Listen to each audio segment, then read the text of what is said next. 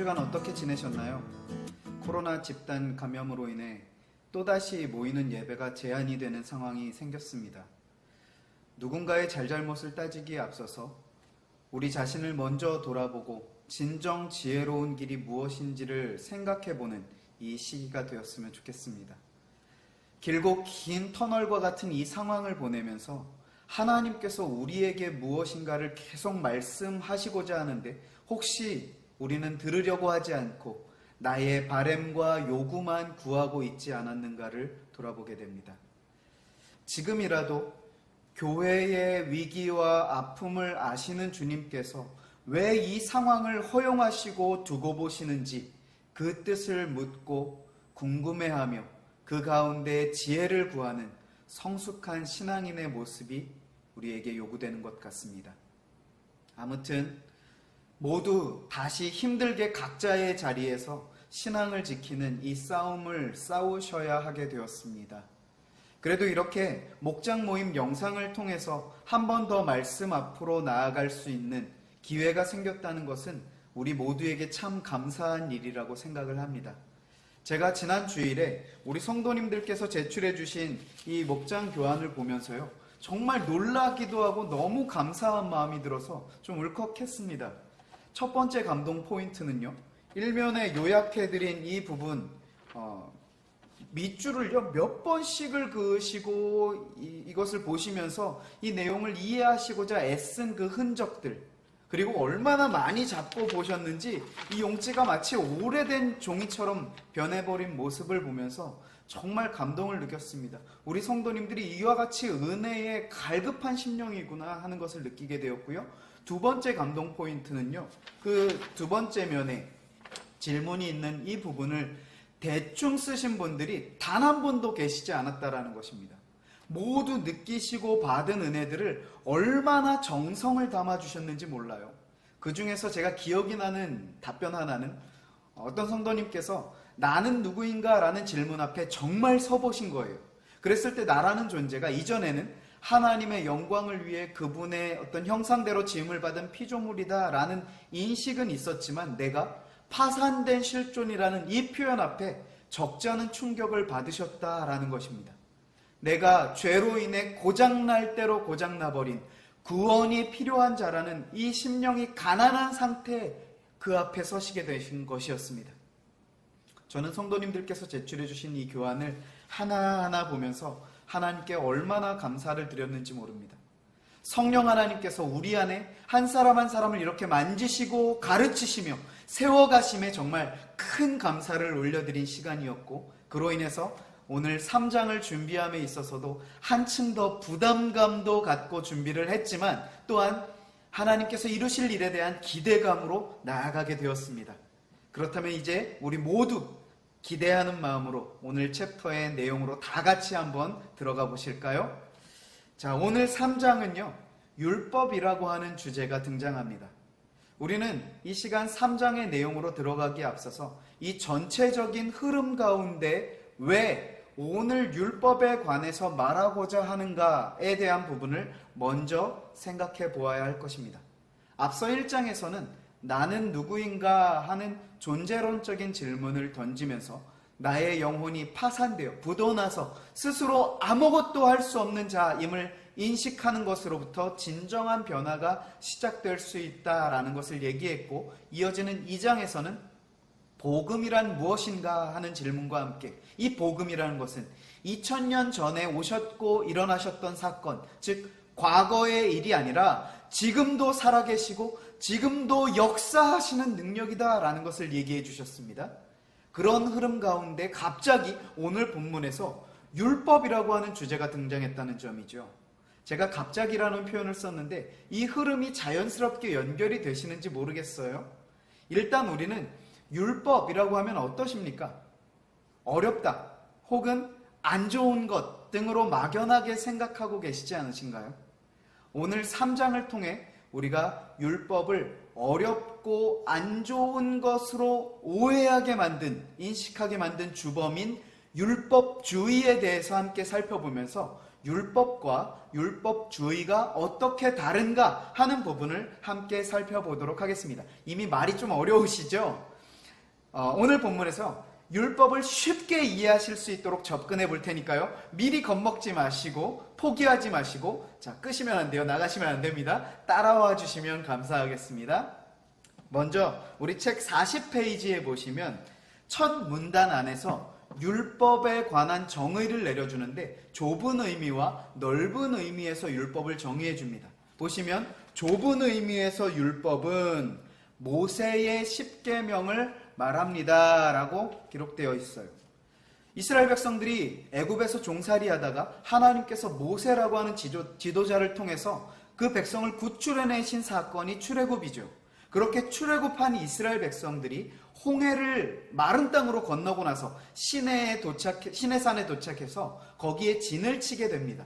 그리고 여호와 하나님께서 모세를 부르셔서 모세가 시내산으로 하나님을 뵙기 위해 올라가죠.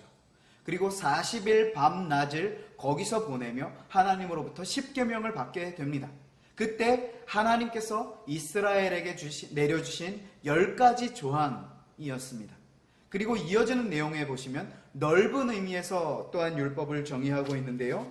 넓은 의미에서는 10계명을 비롯한 하나님의 모든 계명이라고 정의 내리고 있습니다. 여기서 계명이라고 하는 것은 하나님의 명령 혹은 그 백성이 지켜야 하는 규정이라고 이해를 하시면 되십니다.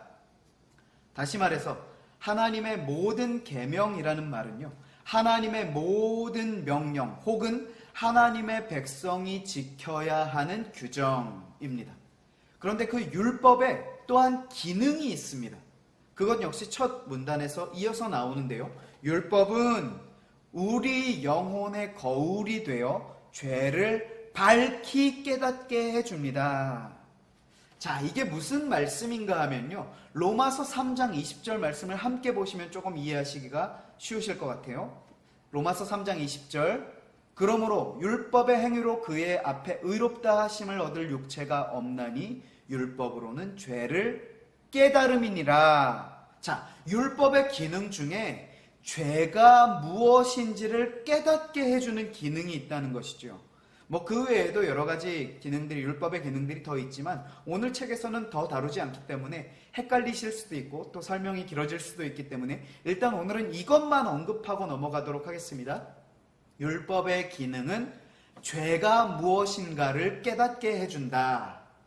자, 그러면서 이어지는 다음 문단에서 드디어 율법주의가 무엇인가에 대해서 정의를 내려주고 있습니다. 자, 뭐라고 하시는가 함께 보실까요? 하나님의 은혜를 의지하지 않고 자기 육체를 의지하고 자랑하며 살아가는 인간의 자기 의존적인 노력, 자기의, 자기 공로를 가리켜 율법적인 삶, 이것을 율법주의라고 부른다는 것이죠. 자, 여기서 오늘 3장에서 왜 율법에 관한 주제가 나왔는가 하는 것을 가늠해 볼 수 있는, 유추해 볼 수 있는 그러한 구절이 나왔습니다. 뭐냐 하면 아까 말씀드렸지만 1장과 2장에서 강조한 내용은 우리 인간은 고장나고 부도난 상태라서 인간 스스로는 그 어떤 선한 것을 이룰 수가 없고 하나님의 그 절대적인 의의 기준에 나아갈 수 없는 존재라는 것을 강조했다라고 말씀을 드렸어요. 그런데 오늘 3장으로 오면서 율법과 율법주의에 대해서 언급한 것은 율법주의를 경계하기 위함입니다. 즉 살아계신 복음, 예수 그리스도를 의지하지 않고 자기 육체를 의지하고 자랑하며 살아가고자 하는 그 인간의 자기적인 노력을 우리는 벗어버려야 한다는 것을 강조하기 위함이라는 것이죠. 이것을 설명해 주신 것이 41페이지에 보시면 마태복음 7장 21절에서 23절 말씀이 나오고 있어요. 그리고 이어지는 그 문단에 보시면 어떤 질문과 답변의 형태의 그러한 형식이 나오고 있습니다. 그 질문은 이렇습니다. 주님의 이 비유의 말씀 가운데 선지자 노릇하며 귀신을 쫓아내며 주님의 이름으로 많은 권능을 행한 이들이 왜 마지막 날 주님께로부터 심판을 받고 버림을 당할까요? 자, 어떠십니까? 우리도 궁금한 질문 아니세요? 그에 대한 답변이 이어져 나오고 있습니다. 함께 보시면 주님의 이름은 한갓 구실에 불과했을 뿐, 그들의 얘기예요. 한갓 구실에 불과했을 뿐 자기 의와 자기 공로로 자기 이름을 내기 위해 이랬기 때문이다 라고 얘기하는 것이죠. 자, 그들은요, 하나님의 이름으로 한다고 했지만 결국 자신의 유익을 위해서 했다라는 것입니다. 그러면서 이어지는 41페이지 마지막에서 42페이지 이어지는 문단이 오늘 3장에서 가장 핵심적이고 중요한 내용이 담겨있는 부분입니다. 이 긴 내용을 조금 한마디로 요약을 하자면, 하나님을 의지하지 않고 나의 힘, 나의 방법, 나의 의지와 노력으로 무엇인가를 내가 이루고자 하는 자가 곧 율법적인 자, 율법주의에 갇힌 자라는 것입니다. 내가 스스로 무엇인가를 할 수 있다라고 여기면서 나의 의로, 나의 힘으로 해보려고, 이루어보려고 하는 자들을 가리키는 것이죠. 이러한 사람들은 교회 안에서도 종종 보게 되는 경우입니다. 분명 본인은 하나님을 위해서 한다라고 하고 하나님의 이름으로 한다라고 합니다.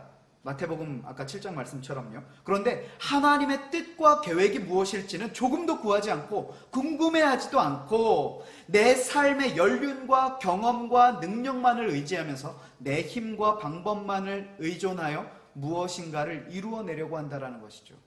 물론 그렇게 할 때에 분명 어떤 결과물들이 있고요, 안 좋은 결과물들이 아니라 선한 결과물들이 나오기도 한다라는 것입니다. 그런데 정작 문제는 그 사람 자체에 있다라는 것이죠. 모든 영광을 하나님께 돌리는 것이 아니라 내가 잘해서 내가 이룬 결과로 생각하면서 뿌듯해하고 자기 만족에 빠지는 경우입니다. 그리고 누군가가 이것을 알아주지 않으면 어떻게 할까요? 서운해하기도 하고 삐치기까지 하는 것이죠. 위에 마태복음 7장 말씀이 그런 자들에 대해서 우리 주님께서 뭐라고 말씀하시는가? 내가 너희를 도무지 알지 못한다라고 말씀하신다라는 것입니다. 이것은 굉장히 심각한 문제 아닙니까? 아니면 주님이 너무하신 건가요? 그렇게 열심히 해서 좋은 결과물을 만들었는데 도무지 알지 못한다라고 말씀하시는 주님이 너무하신 겁니까? 어떻게 이럴 수 있나? 42페이지입니다. 갈라디아서 5장 4절 말씀 보시면 율법 안에서 의롭다 함을 얻으려 하는 너희, 그러니까 율법주의자들을 얘기하는 것입니다. 너희는 그리스도에게서 끊어지고 은혜에서 떨어진 자로다. 율법의 행위와 열심으로 의롭다 함을 얻으려고 해서 만들어낸 아무리 선한 결과물이라 한들 그것은 우리 주님과는 무관한 일이라는 것이죠. 우리가 의롭다 칭함을 받는 것은 나의 어떠함 때문이 아니라 내가 철저히 죽어질 때 어떻게 됩니까? 내 안에 살아계신 예수 그리스도의 의가 전가되고 전이 되어 의롭다 칭해 주시는 것이다 라는 것을 절대 잊지 말아야 한다는 것입니다. 다시 오늘 우리 3장의 내용을 한번 정리해 볼까요?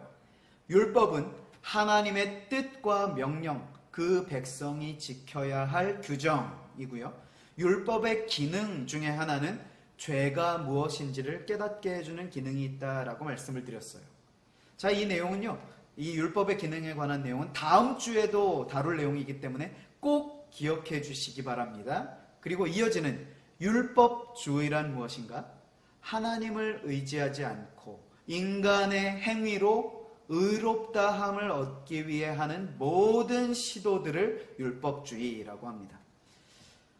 오늘 3장을 통해서 우리가 깨닫게 되고 묵상하게 되는 결론적인 메시지, 그것이 무엇인가? 우리 인간은 절대적으로 하나님 의존적이어야 한다. 하나님 절대 의존형이어야 한다라는 사실입니다. 우리가 오늘 주신 말씀과 깨닫게 하신 이 내용들을 기억하시면서요, 마지막으로 로마서 14장 8절 말씀을 함께 읽으며 오늘 시간을 한번 정리해 보도록 하겠습니다. 로마서 14장 8절 말씀 같이 한번 읽어보도록 할까요? 우리가 살아도 주를 위하여 살고 죽어도 주를 위하여 죽나니 그러므로 사나 죽으나 우리가 주의 것이로다. 아멘.